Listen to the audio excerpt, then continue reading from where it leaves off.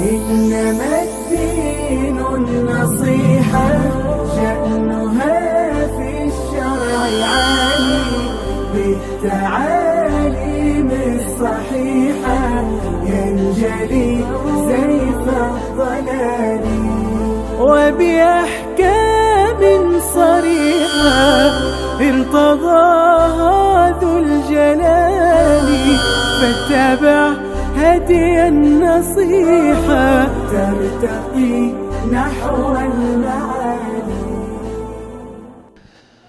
الحمد لله رب العالمين وصلى اللهم وسلم على نبينا محمد وصحبه أجمعين. أحبتي في الإسلام، marka hore ينبغي للمسلم qofka muslimka waxa uu haboon inuu xaqiijiyo ama uu ku dadaalo gaayadii iyo yoolkii loo abuuray inuu dhammaystiro ama uu la yimaado, kaasoo ah Allah subxaanahu wa tacaala cibaadadiisa. rabbi leeya wamaa khalaqtu ljinna walinsa ila liyacbuduun.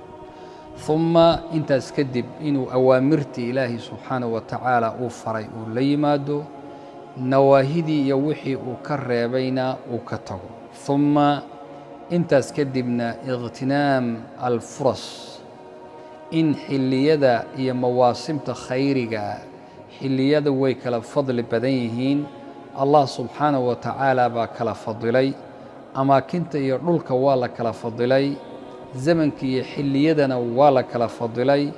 marka rasuulku sala allahu calayhi waaalih wasalam bishaan wuu ka hadlay, waxayna leedahay fadli aad iyo aad u badan bay leedahay. waxaa ka mida inuu rasuulku yidhi sala allahu calayhi waaalih wasalam soonkeeda ama bishaan oo la soomay ama salaada la tukaday buu labadaba ka hadlay. afdalu salaati bacda almaktuubati salaatu lleyl wa afdalu siyaami bacda ramadaana siyaamu shahri illaahi almuxaram. yacni rasuulku wuxuu ka hadlay sala allahu calayhi waaalih wasalam salaad la tukado markii laga tago salaadaha waajibka ee shanta waxaa u fadli badan salaatuleylka. soom la soomana markii laga tago bisha ramadaan waxaa ugu fadli badan bishaan aan ku jirnay maanta bilatay oo ah bisha muxaram ayaa ugu fadli badan soon la soomo. marka rasuulka sala allahu calayhi waaalih wasalam sababtan ay ku timid in maalintan tobnaad ee caashuura uu soomo, riwaayaad badan oo baa ku soo arooray. xadiiska cabdullaahi bni cabbaas wuxuu leeyahay min xadiis uu soo saaray imaamu bukhaari, rasuulka ayaa wuxuu soo galay sala allahu calayhi waaalih wasalam magaalada madiina. magaalada madiina markuu yimid wuxuu arkay yahuuddii oo maalinta caashuuraa maalinta tobnaad soomaya. wuu weydiiyey oo wuxuu yidhi maxaad u soomaysaan maalinkan? waxay yidhaahdeen waa maalin wanaagsan, haadaa yowmun saalixun, haadaa yowmun naja allaahu banii israa'iila min caduwihim. waa maalin wanaagsan, waa maalin ilaahay ka badbaadiyey reer bani israa'iil cadowgoodii oo fircawna, weliba fircawn iyo ciidamadiisiina alle uu halaagay. fasaamahu muuse ayaa marka soomay. riwaayada muslim shukran lilaahi, ilaahay uu ku mahadinaayo ayuu u soomay. rasuulku wuxuu yihi sala allahu calayhi waaalih wasalam fa ana axaqu bimuusaa minkum. haddaba aniga ayaa idinkaga xaq leh muusa, idinka anaa idinkaga xaq leh. sababtuu ugaga xaq leeyahay wa ficlan rasuulkaa kaga xaq leh muusa yahuud, maxaa jira laba nebi ayay isla yihiin labadoodu. wadiifadii iyo shaqadii nebiyullaahi muusa uu hayay nebiyullaahi muxamed baa haya. min sulaalatin waaxidatin iyo min usrana way ka wada yimaadeen. sidaas darteed rasuulka ayaa ka xiga, faana axaqu bimuusa minkum. kadib buu rasuulku marka soomay sala allahu calayhi waaalih wasalam wa amara bisiyaamihi. soomkiisiina marka wuu amray oo wuxuu yidhi dadkiina hala sooma ayuu yidhi.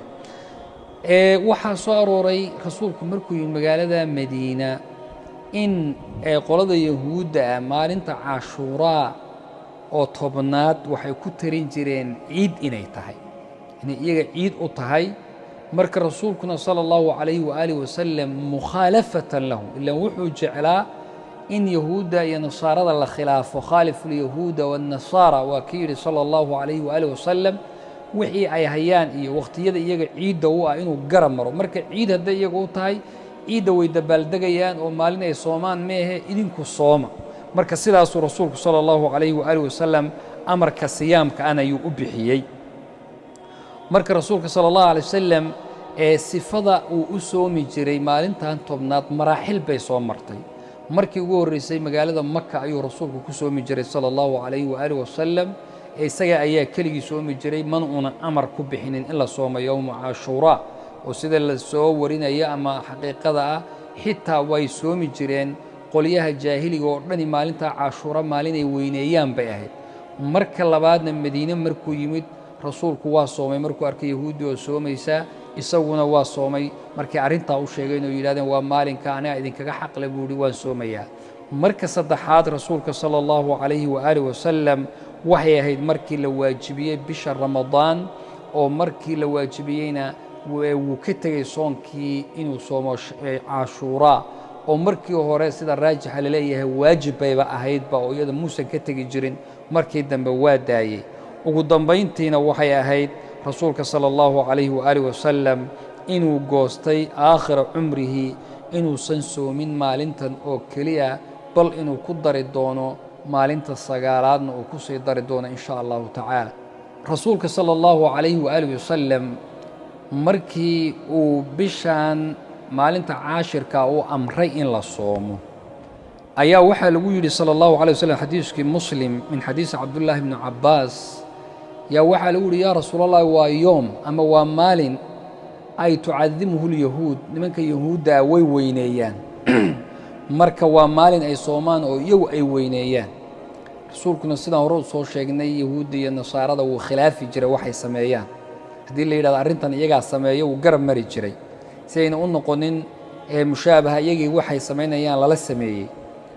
ayib marka rasuulku wuxuu yihi sala allahu calayhi waaalih wasalam faidaa kaana alcaamu almuqbil, haddii la gaadho sanadka soo socda in shaa allahu sumnaa alyowma ataasic, waxaan soomi doonnaa maalinta sagaalaadka.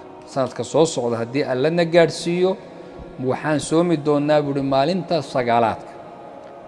waxaa arrin yacni dhacday ahayd maalintii sagaalaad inuusanba gaadhin rasuulku sala allahu calayhi waaalih wasalam oo la oofsaday oo geeriyooday.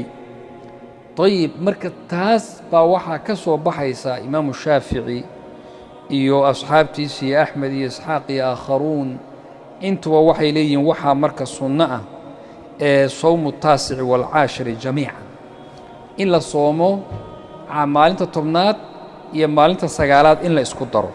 rasuulkuna sala allahu calayhi waaalih wasalam wuxuu u qastay waxay ahayd inuu khilaafo nimankaa reer yahuudeed oo iyagu caashirkaoo keliya soomaya. marka inuu garab maruu maalin kale ku daro ayaa meesha ka muuqanaysa oo labadoodii laysku wada daro.